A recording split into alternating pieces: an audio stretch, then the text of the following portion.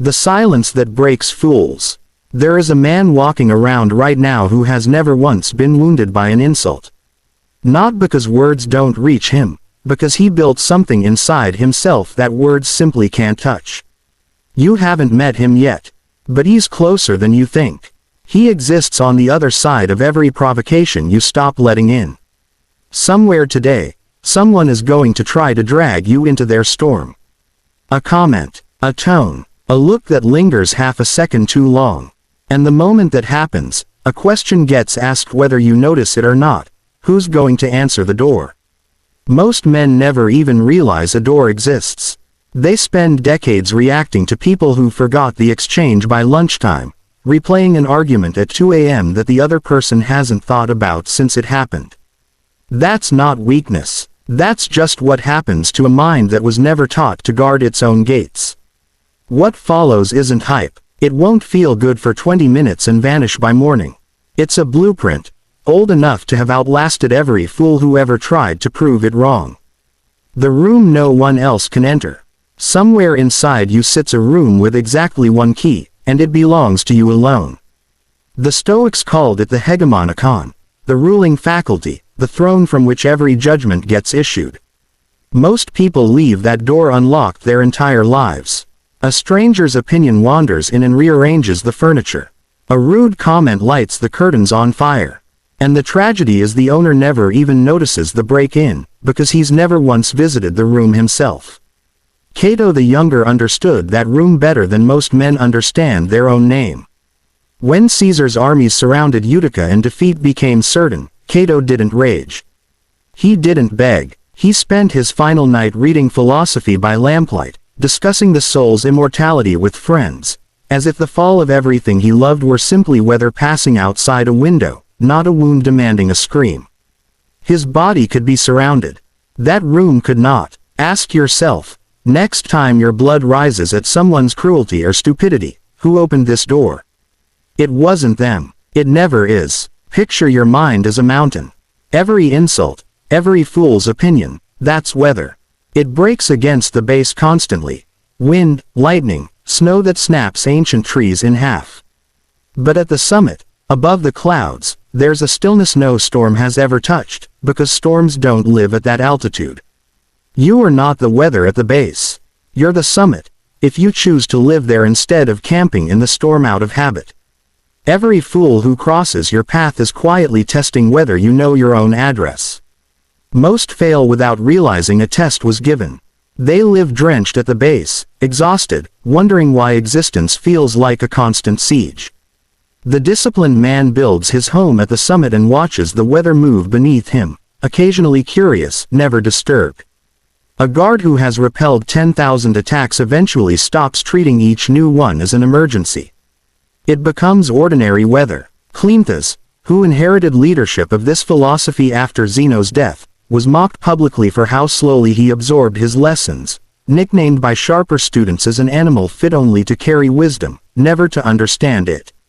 He didn't argue back. He just kept studying, year after unglamorous year, until the very slowness they mocked became the patience that outlasted every one of them. The insult aged badly. The Citadel didn't. How many doors in your own mind are standing open right now? Silence is a verdict. When you say nothing after an insult, most onlookers assume you lost. They're almost always wrong. Real silence isn't the absence of a response. It's the most complete response available, because it denies the fool the one thing he actually came for.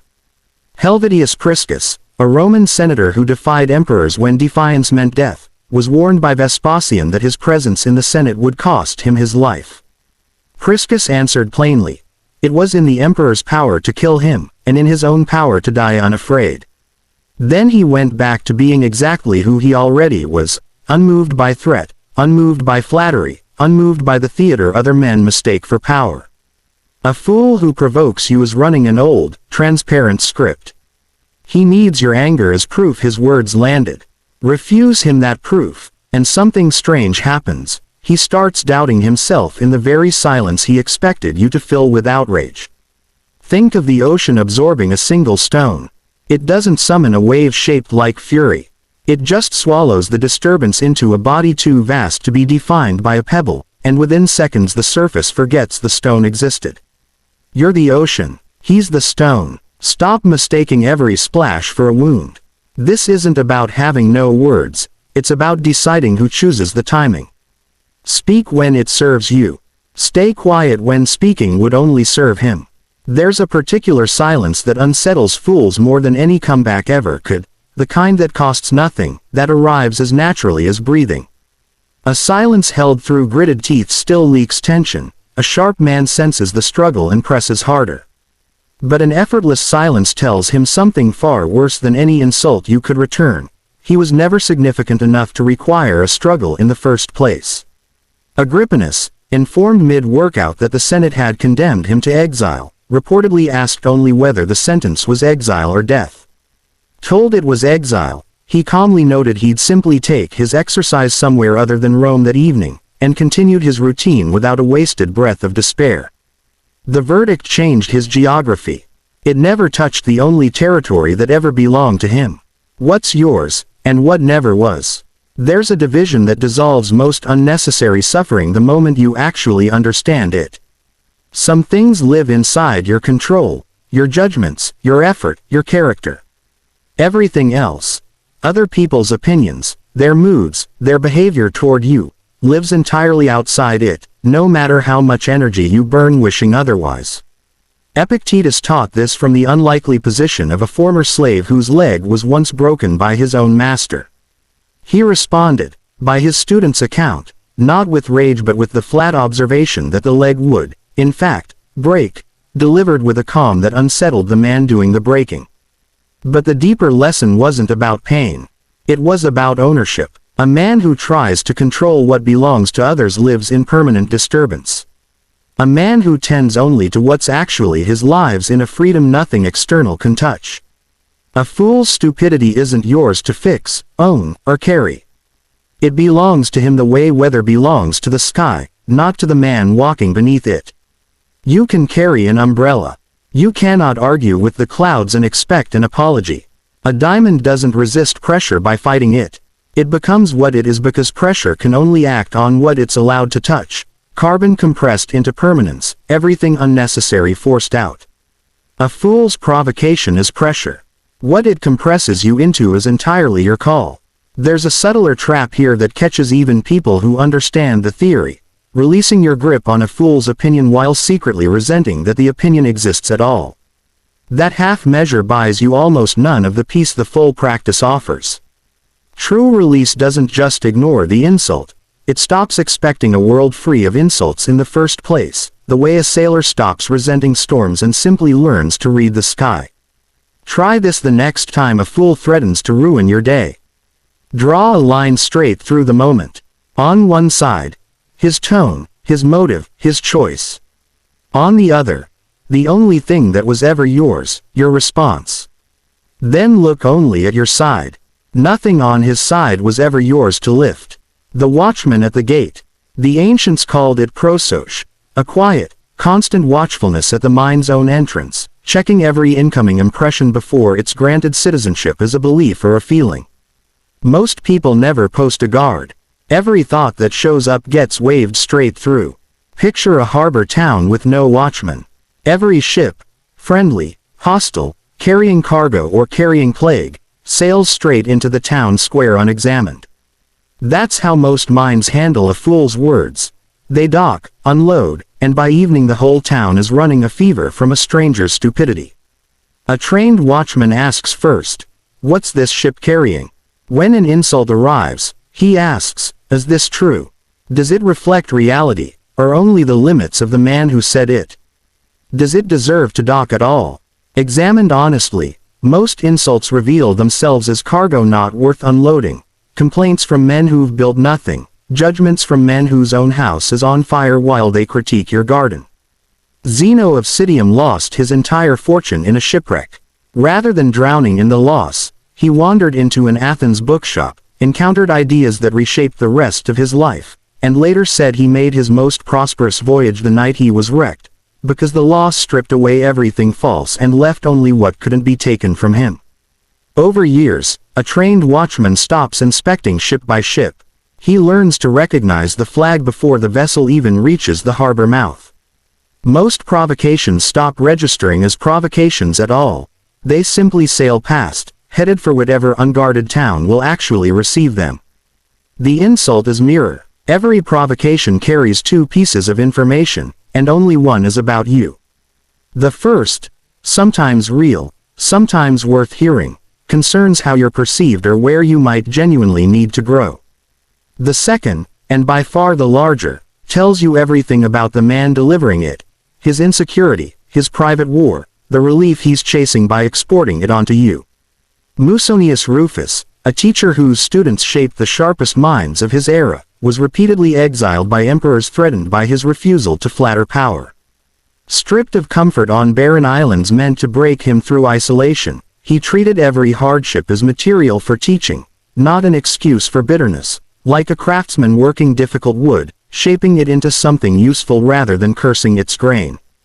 A man secure in his own worth rarely has the spare hours to attack strangers. His energy is already spent building.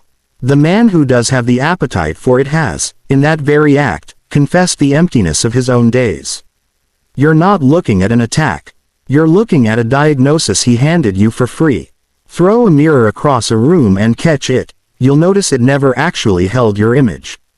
It only ever reflected the thrower's own face, magnified by the force with which he swung it. Not a weapon, a confession disguised as one. The disciplined man collects the confession calmly and doesn't shatter himself trying to catch the glass. Not every mirror deserves keeping, though. Some confessions teach you nothing you didn't already know, and dwelling on them just replays a stranger's smallness on a loop long after he's forgotten the exchange. Read it once, take what's useful, set it down. Don't build a shrine to someone else's insecurity. Diogenes of Sinope, mocked in a crowded street by men who assumed his poverty made him an easy target, didn't defend himself. He simply turned the mockery back with one dry line about lives spent chasing possessions that would outlive their owner's happiness, and walked on, leaving the laughter suddenly hollow even to the men who'd started it. He didn't win an argument. He refused the frame, the unspoken story that his poverty made him small and their comfort made them superior.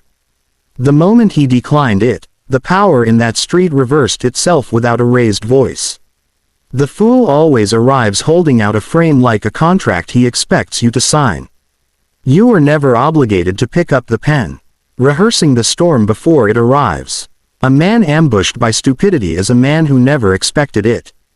The Stoics practiced premeditatio malorum, the premeditation of adversity, deliberately imagining setbacks, insults, betrayals before they arrive, not out of pessimism, but so that when they inevitably do, they land on a mind already prepared instead of one caught flat-footed.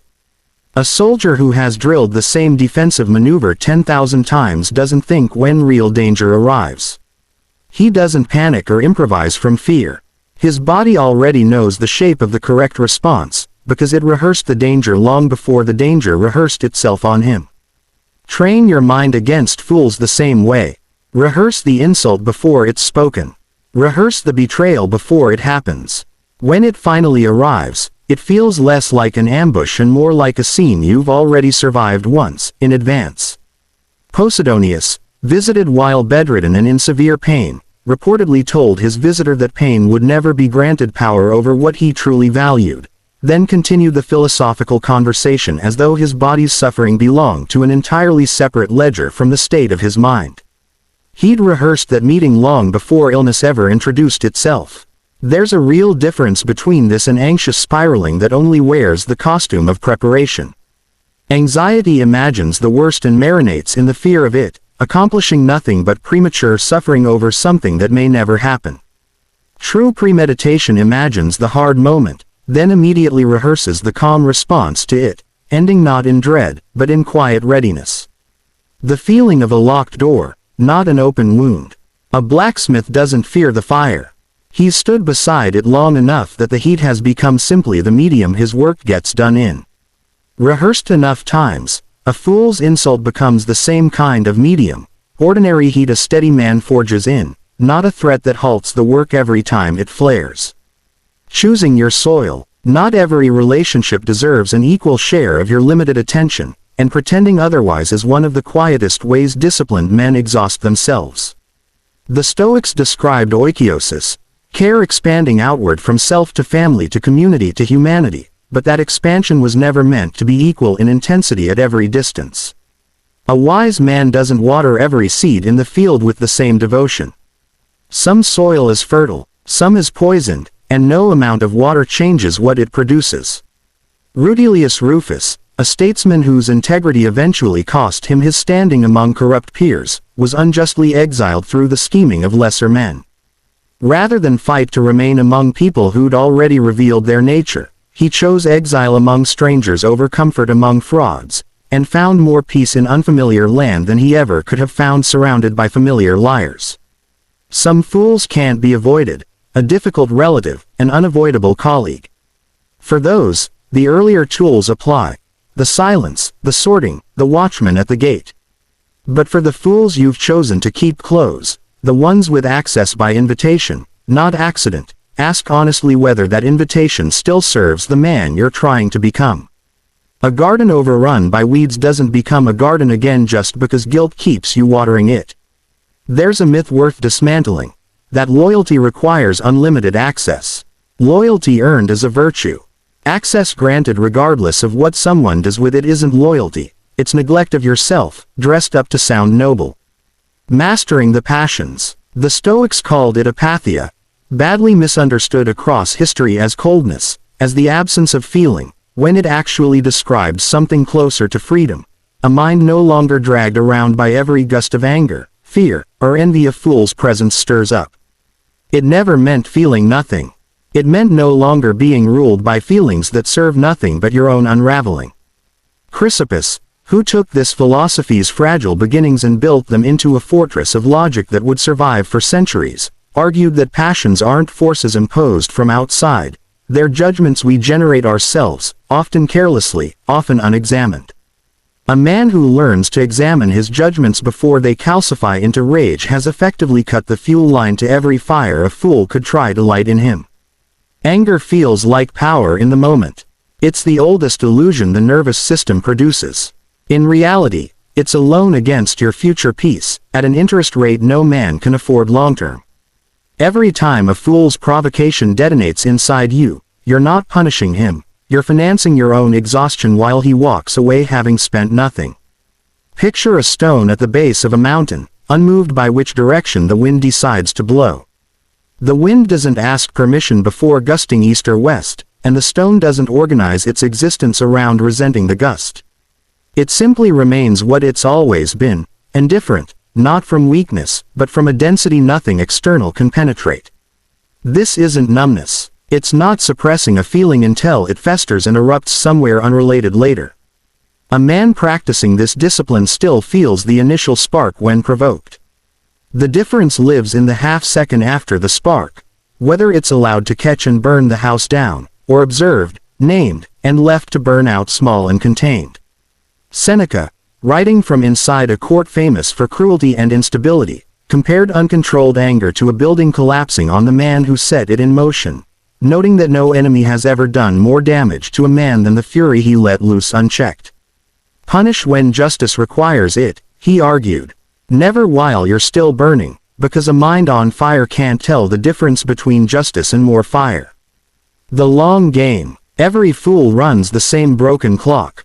He wants a reaction now, a win now, chaos now, because he's never built anything requiring more patience than one argument's length. The disciplined man plays across years while the fool plays across minutes, and that mismatch in time horizon is quietly the greatest advantage available to anyone willing to claim it. For Epictetus, a senator who refused to participate in the flattery and cruelty of his era's politics, was condemned to death for the stubborn act of remaining consistently himself. In his final hours, he discussed the nature of the soul with calm precision, as if death were simply the day's last appointment, unhurried, entirely his own. He'd spent a lifetime playing a longer game than his accusers could comprehend, and even at the end, they couldn't drag him onto their timeline. The fool wants to win the next 5 minutes. Let him have them. You're building something across the next 5 years, the next 50, a character so consistent, so unshaken, that eventually fools stop testing you altogether. Not because you beat them in some dramatic confrontation, but because they sense, instinctively, that there's nothing left in you for their provocations to grip onto. Water doesn't argue with stone. Eventually it just stops trying and flows toward softer ground that will actually yield. Patience isn't passive. It isn't waiting quietly for time to solve a problem you're unwilling to face. It's the deliberate decision to keep building your own life at the exact same pace, regardless of what the fools around you are doing that day. He interrupts your morning continues anyway. He tries to derail your week proceeds brick by brick, exactly as planned. Rutilius Rufus spent his exiled years writing history and philosophy in a foreign land, producing work that outlasted every corrupt man who'd exiled him, by decades, by centuries. Their names survive today mostly as footnotes explaining who wronged him. His survives as a man who simply kept building while lesser men spent entire lives failing to stop him. None of this arrives overnight, and anyone promising instant transformation is selling fantasy, not philosophy. The Citadel gets built brick by brick, the same way it was built by every man named tonight. Cato practiced composure for decades before Utica ever asked him to prove it. Musonius endured smaller exiles of the spirit long before geography tested what he'd built. Every mountain in this story was, at some point, just a man standing at the base like everyone else, deciding, one provocation at a time, to climb a little higher than he was the day before. So the next time a fool opens his mouth expecting to find a door left carelessly ajar, let him find something else. A citadel with no entry. An ocean that doesn't remember the stone. A mountain too high for his particular weather to reach. He came looking for a reaction. Give him silence instead, and listen to how much louder it speaks than anything you could have shouted.